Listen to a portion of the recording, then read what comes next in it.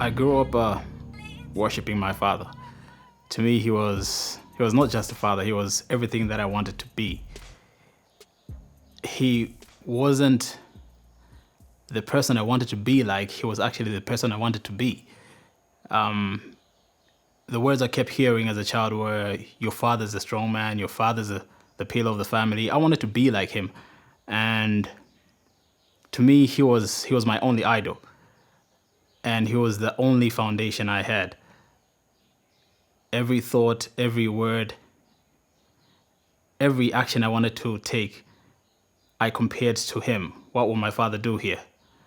And not growing up with him even made him much of a stronger idol. He passed on when I was about 5 or 6, and I grew up comparing myself to him. And to be honest, even the rest of the family compared me to him. Be more like your father, walk like your father, talk like your father. And so I wanted to do everything like him. And back in 2010, I stumbled into some news that I wasn't prepared for. In a conversation with one of my sisters,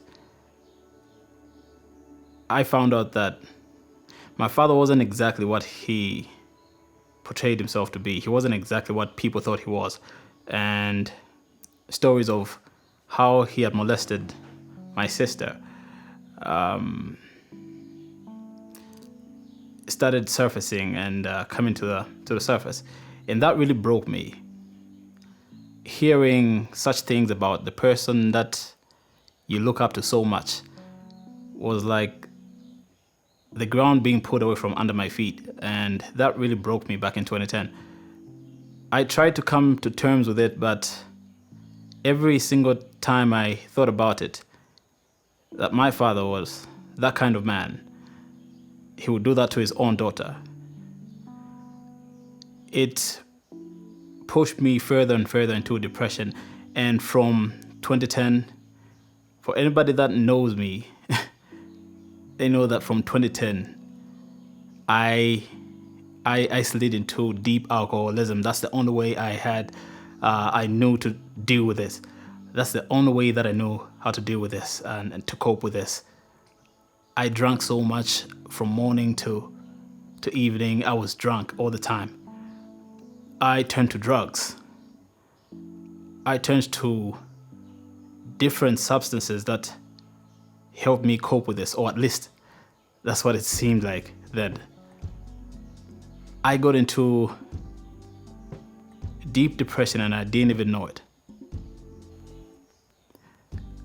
And that was until 2014 when a friend of mine, Kunda, kept visiting me, found me drunk but still talked to me about God. He would find me high and still talk to me about God. And this one day I decided to give my life to Christ, go with his suggestion and give my life to Christ, because it was a challenge that he gave me. He said, "I dare you to give your life to Christ and let's see if your life will be the same." And in 2014, in his room in Kumboka, I gave my life to Christ. To me, it was just a dare that I was taking up. But I guess there are no jokes in the spirit realm, and there are no jokes to God. And a few weeks after that, I found out about this opportunity at Radio Christian Voice, and I went there. I went for these interviews. The funny thing is, I was hired on the spot. Even if I had alcohol in my breath and smoke in my breath, I was still hired on the spot. I didn't understand why. My first genuine prayer to God that day at Christian Voice was, "Lord, why have you brought me here?" He didn't give me an answer instantly, but he started showing me.